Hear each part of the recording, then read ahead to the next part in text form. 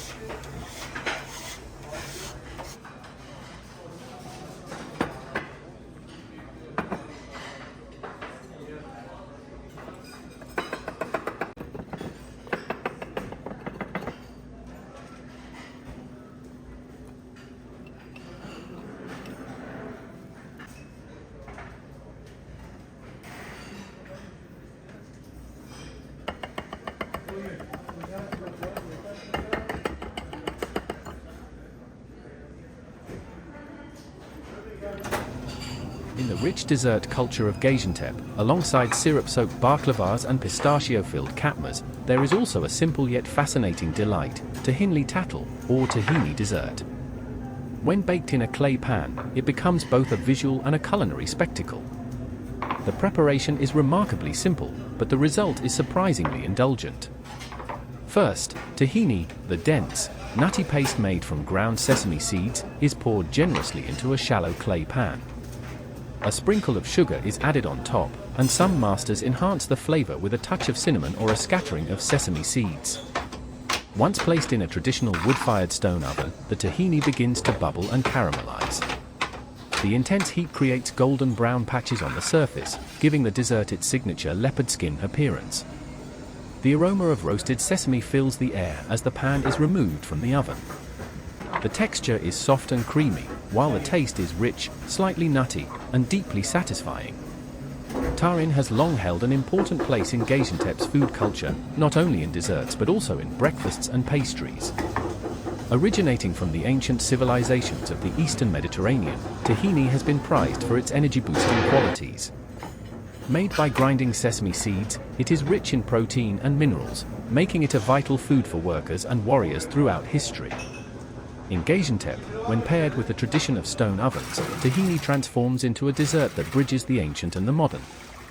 Claypan tahini dessert is often enjoyed at the end of a meal, serving as a light yet satisfying finale. It is commonly paired with hot tea or Turkish coffee cooked over embers.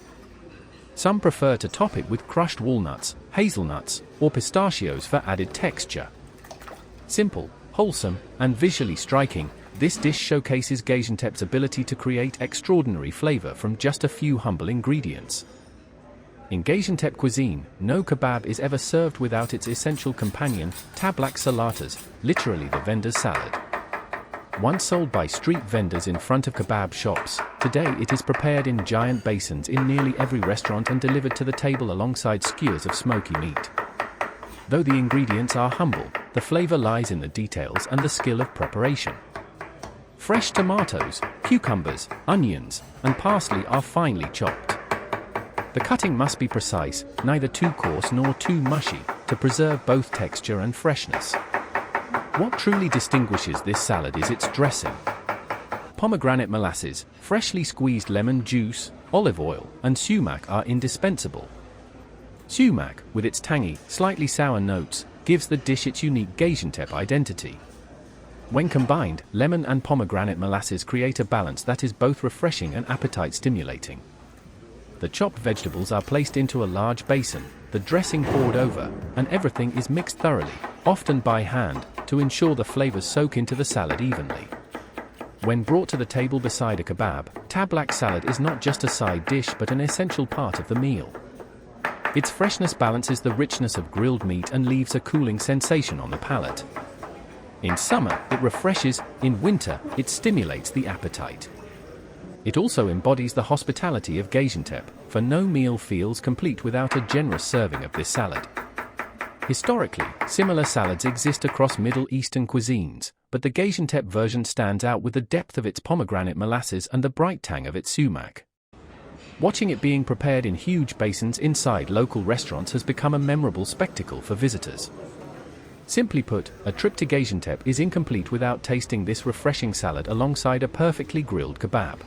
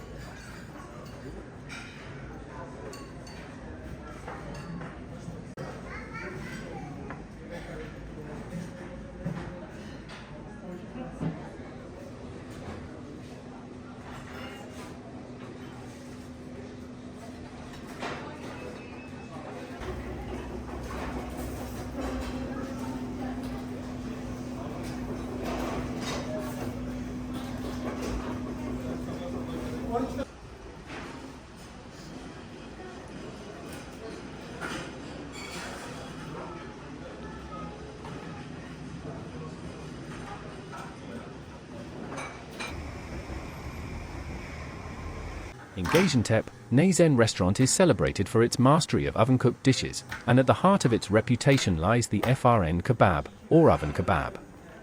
This dish is the product of patience and tradition, requiring hours of careful cooking.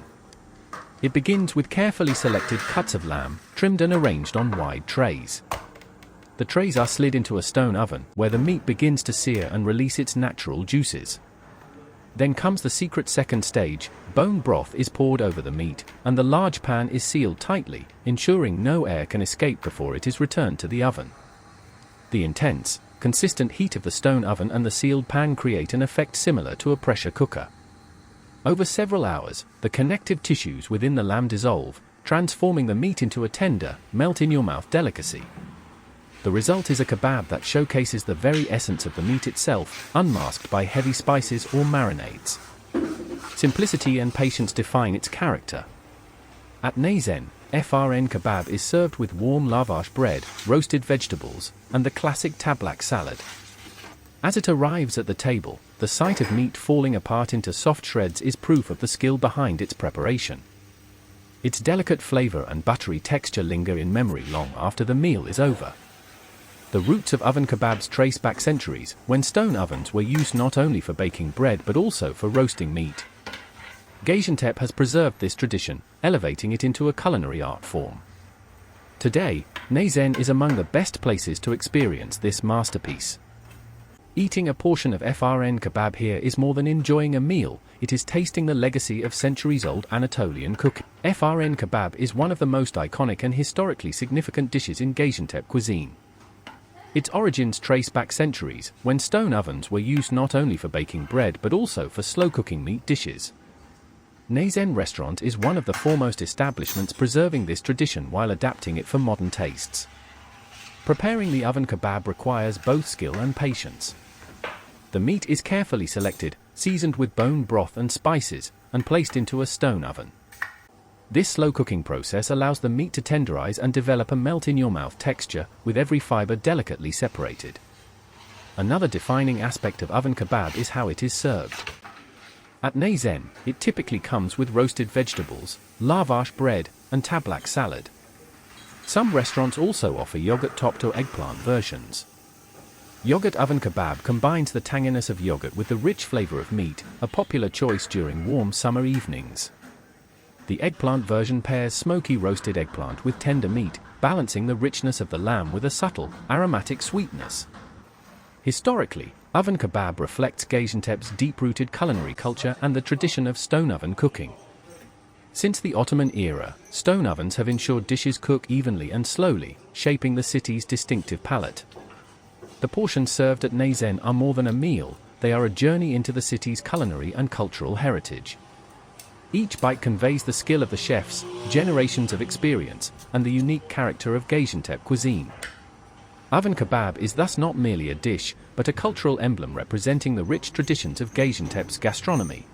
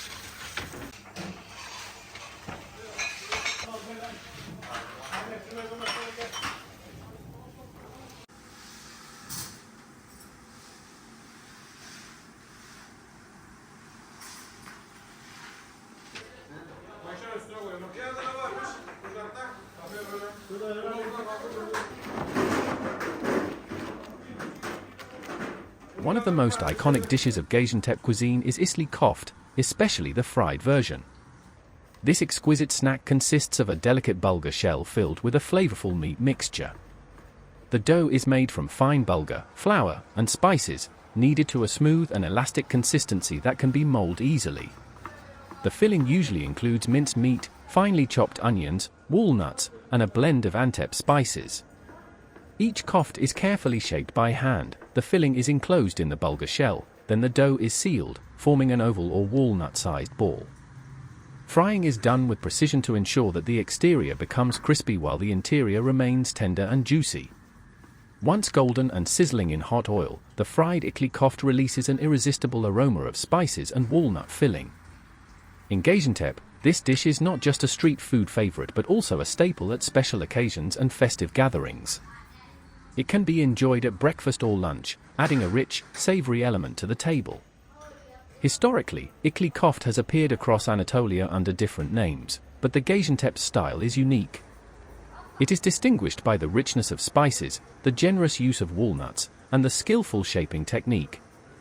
Served with lemon wedges and ayran, fried isli köfte is a perfect representation of Gaziantep cuisine, showcasing both its traditional roots and its flavor complexity. Each bite tells the story of the city's history, culture, and culinary craftsmanship, making it an unforgettable experience for both locals and visitors alike.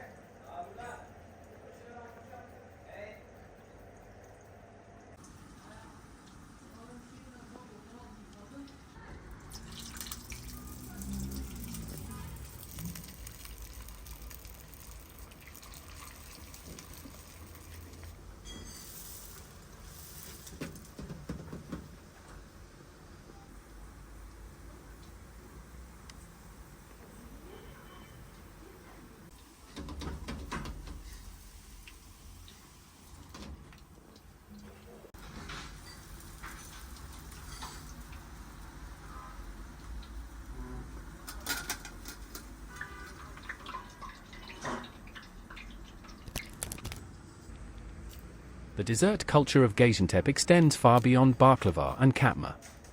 A humbler yet equally memorable treat is kebab tattles, or pumpkin dessert, which takes on an entirely new character when baked in a traditional stone oven.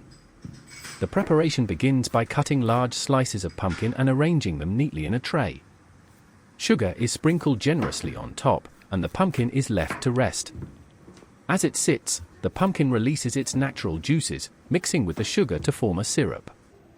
This syrup becomes the defining element of the dessert's flavor and glossy appearance once cooked.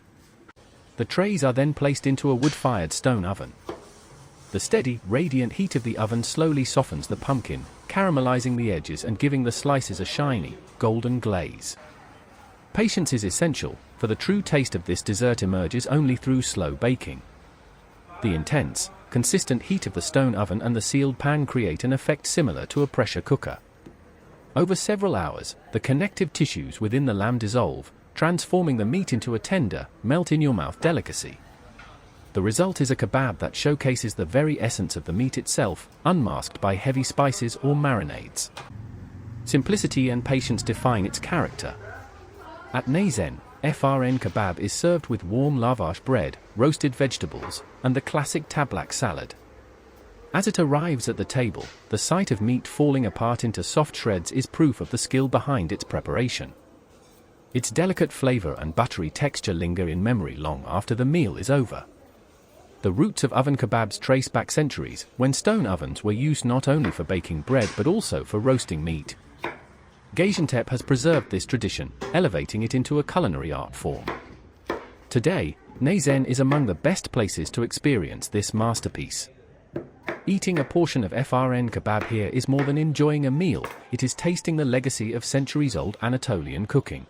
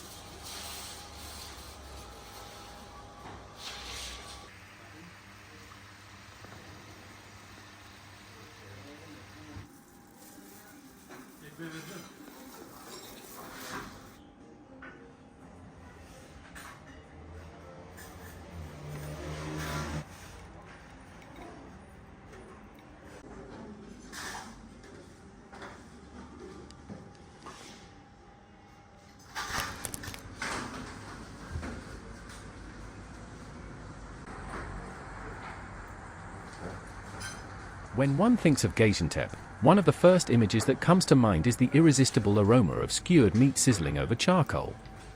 Found in streets, bazaars, and restaurants alike, Shish kebab is an essential part of the city's culinary identity. The most popular varieties are lamb skewers, chicken skewers, and liver skewers, each offering a different taste experience, yet all sharing the smoky flavor imparted by wood-fire grilling. Lamb skewers are usually made from tender cuts of young lamb, diced into cubes and marinated lightly with olive oil, salt, and spices. As th. The trays are then placed into a wood-fired stone oven. The steady, radiant heat of the oven slowly softens the pumpkin, caramelizing the edges and giving the slices a shiny, golden glaze. Patience is essential, for the true taste of this dessert emerges only through slow baking. The intense, consistent heat of the stone oven and the sealed pan create an effect similar to a pressure cooker. Over several hours, the connective tissues within the lamb dissolve, transforming the meat into a tender, melt-in-your-mouth delicacy. The result is a kebab that showcases the very essence of the meat itself, unmasked by heavy spices or marinades. Simplicity and patience define its character. At Neyzen, FRN kebab is served with warm lavash bread, roasted vegetables, and the classic tablak salad. As it arrives at the table, the sight of meat falling apart into soft shreds is proof of the skill behind its preparation. Its delicate flavor and buttery texture linger in memory long after the meal is over. The roots of oven kebabs trace back centuries, when stone ovens were used not only for baking bread but also for roasting meat. Gaziantep has preserved this tradition, elevating it into a culinary art form. Today, Neyzen is among the best places to experience this masterpiece. Eating a portion of FRN kebab here is more than enjoying a meal, it is tasting the legacy of centuries-old Anatolian cooking.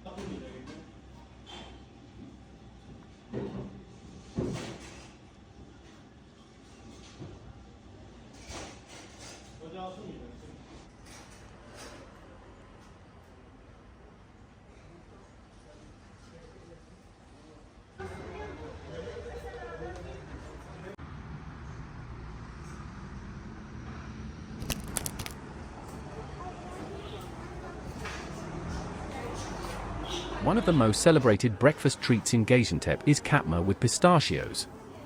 Made of wafer-thin dough filled with generous amounts of clotted cream and Antep pistachios, this dish is not just food but a cultural ritual. Traditionally, katmer was served to newlywed couples at breakfast, symbolizing prosperity and happiness in their married life. To this day, it remains a cherished tradition and an irresistible start to the morning. The preparation requires both skill and delicacy. The dough is kneaded from special flour, then rolled out by master hands until it becomes almost transparent. This thinness is what makes katmer so light and flaky. Once stretched, the surface is layered with clotted cream, followed by a generous sprinkle of coarsely ground pistachios. A touch of sugar balances the flavors before the dough is folded into a square and transferred to a copper tray with melted butter. It is then baked in a stone oven until golden and crisp. When it emerges from the oven, the katmer boasts a flaky exterior and a luscious filling of cream and pistachios spilling out from within.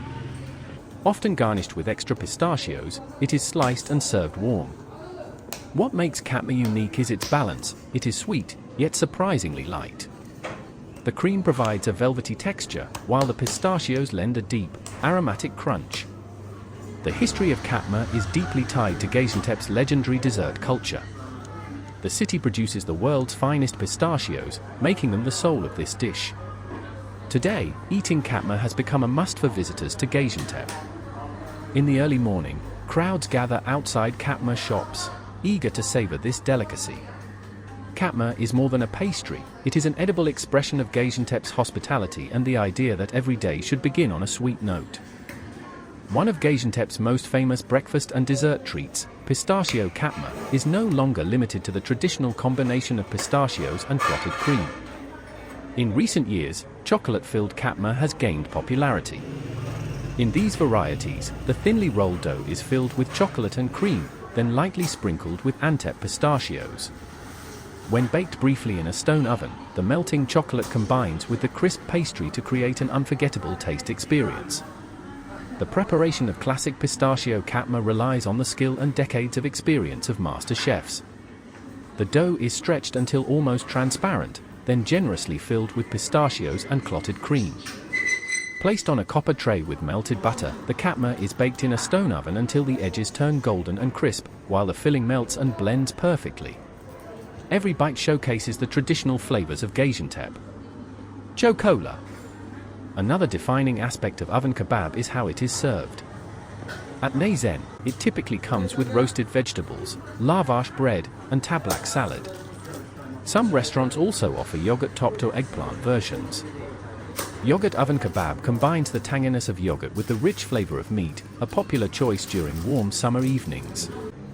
The eggplant version pairs smoky roasted eggplant with tender meat, balancing the richness of the lamb with a subtle, aromatic sweetness. Historically, oven kebab reflects Gaziantep's deep-rooted culinary culture and the tradition of stone oven cooking. Since the Ottoman era, stone ovens have ensured dishes cook evenly and slowly, shaping the city's distinctive palate. The portions served at Neyzen are more than a meal, they are a journey into the city's culinary and cultural heritage.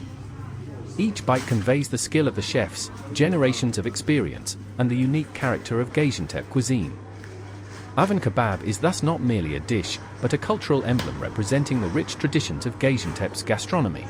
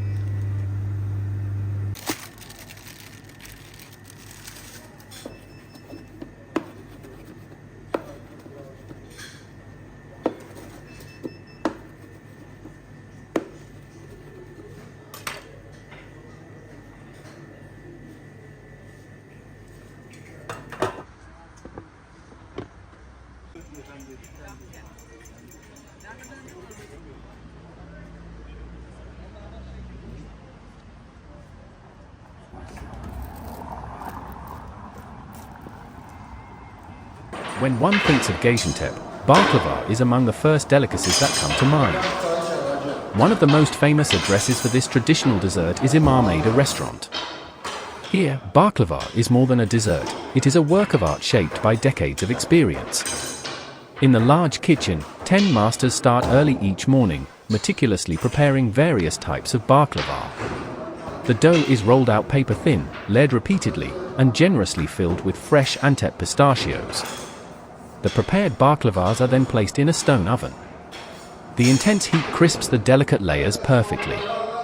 Once baked, hot syrup is poured over the baklava. The sizzling sound as the syrup meets the pastry, along with the rich aroma, awakens the appetite instantly. The combination of crisp layers, nutty pistachios, and sweet syrup melts in the mouth, delivering an unforgettable culinary experience. Imam Ada is renowned not only in Turkey but worldwide. Its fame stems from the unmatched quality of its baklava and the skill of its chefs. Enjoying baklava here allows visitors to experience Gaziantep's rich culinary heritage firsthand. Each bite reflects the city's history and traditions, while the intense flavor of Antep pistachios and perfectly textured pastry make this dessert truly unforgettable.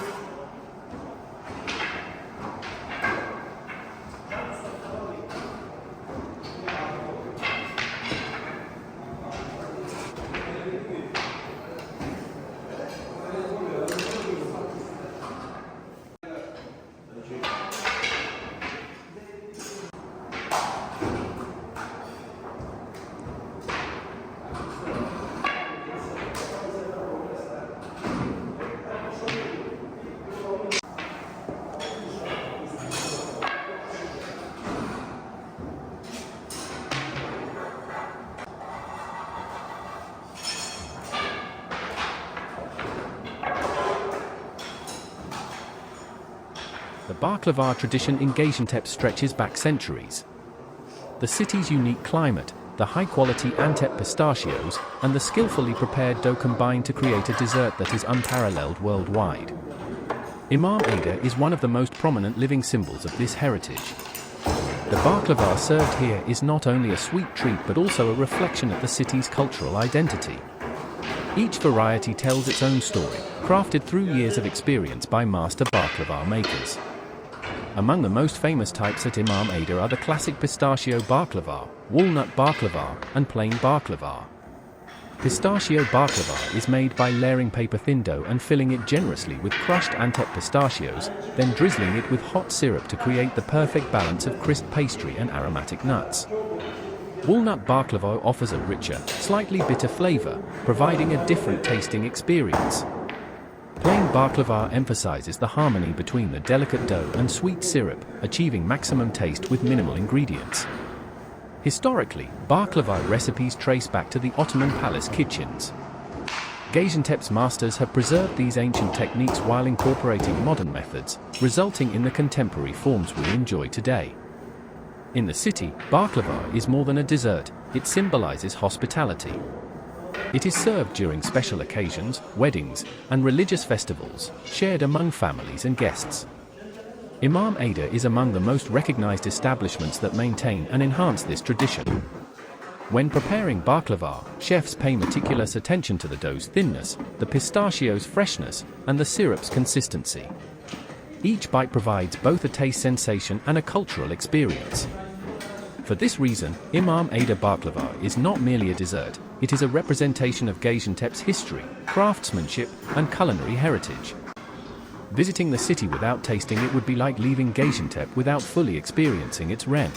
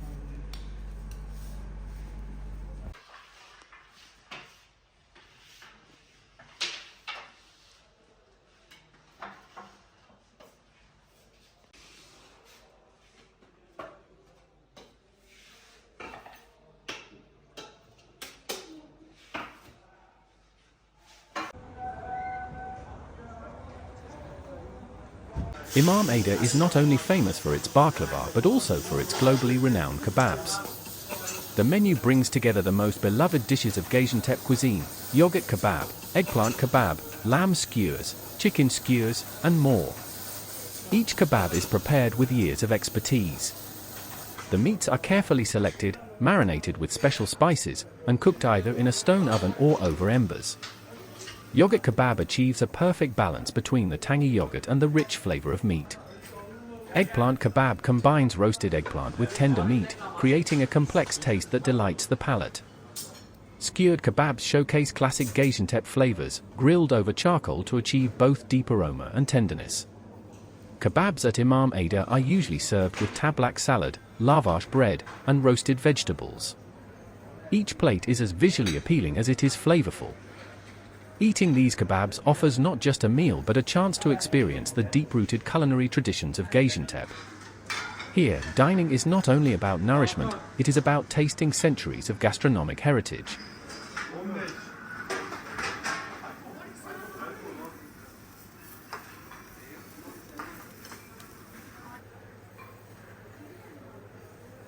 Imam Ada is one of the rare restaurants that presents Gaziantep's kebab tradition from both a modern and historical perspective. The city has been renowned for its rich meat and kebab culture for centuries, and Imam Ada stands as a contemporary embodiment of this heritage. Its menu includes not only classic shish kebabs and yogurt kebabs, but also Gaziantep specialties such as eggplant kebab, lamb tanda, liver kebab, and oven kebab. Each dish is prepared with carefully selected meats, seasoned with special spice blends, and cooked over a charcoal fire or in a stone oven. Eggplant kebab combines roasted eggplant with tender meat to create a harmonious flavor experience. Lamb tanda is slow-cooked for hours, resulting in a melt-in-the-mouth texture, perfectly complemented by yogurt and lavash. Liver kebab, a traditional street favorite, is quickly grilled over coals with sumac and chili flakes. Yogurt kebab balances the tanginess of yogurt with the richness of meat and is especially popular for dinner. Historically, kebabs in Gaziantep are not merely food, they are a social and cultural ritual. At Imam Ada, this tradition is reflected on the table. Kebabs are served not only for taste but also as a representation of the city's history, craftsmanship, and the quality of local ingredients. Each bite delivers the richness of Gaziantep cuisine and the skill of its chefs, offering an experience that is both authentic and memorable. Imam Ada kebabs are thus considered an essential symbol of Gaziantep's culinary identity for both locals and visitors alike.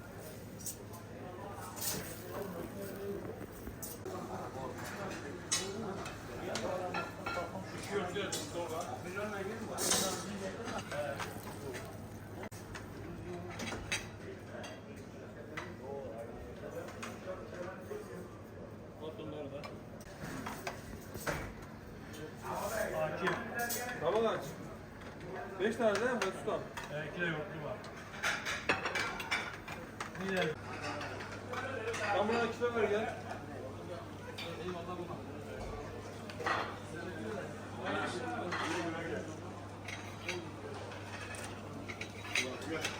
Dolap yok abi gibi bir var.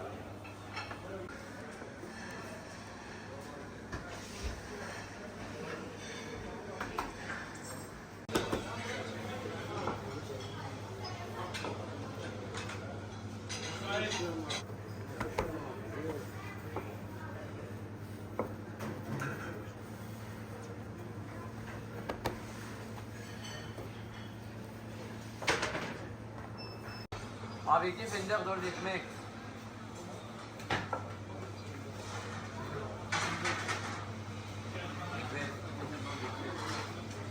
Ekmek 15.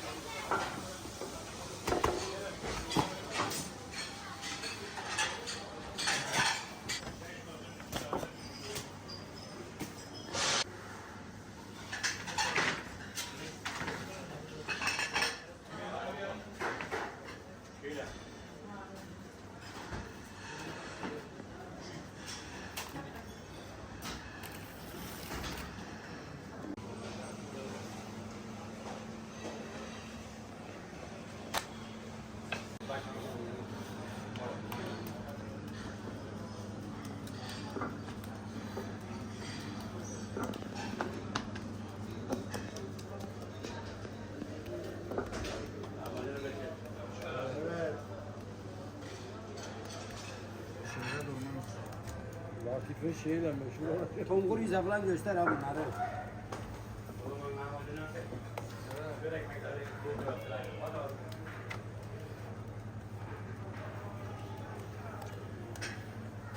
Bunları erkek artistlere gönderiyor.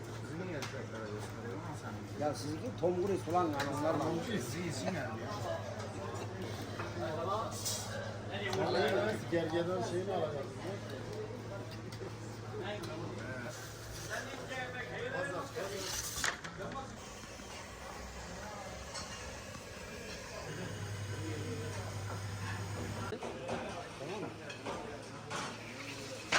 Çok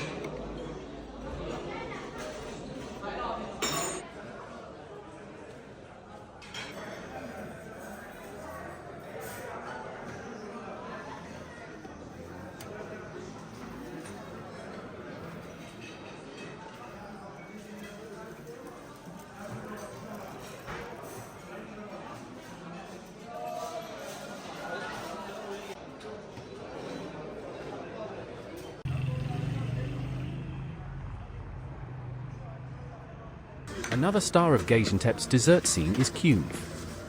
At künefe, it stands out with its crispy, piping hot presentation.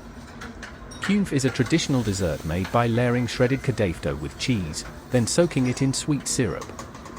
At künefe, skilled chefs carefully prepare the kebab, fill it with cheese, and bake it in a stone oven. When poured over with hot syrup, the dessert sizzles and releases an irresistible aroma. The balance between the crunchy exterior and the soft cheese filling is key to its flavor. Typically, it is garnished with crushed Antep pistachios, adding both visual appeal and extra aroma. Künefe attracts both locals and tourists alike. Suitable for breakfast or dessert after dinner, it combines traditional techniques with a modern presentation, reflecting Gaziantep's rich culinary heritage.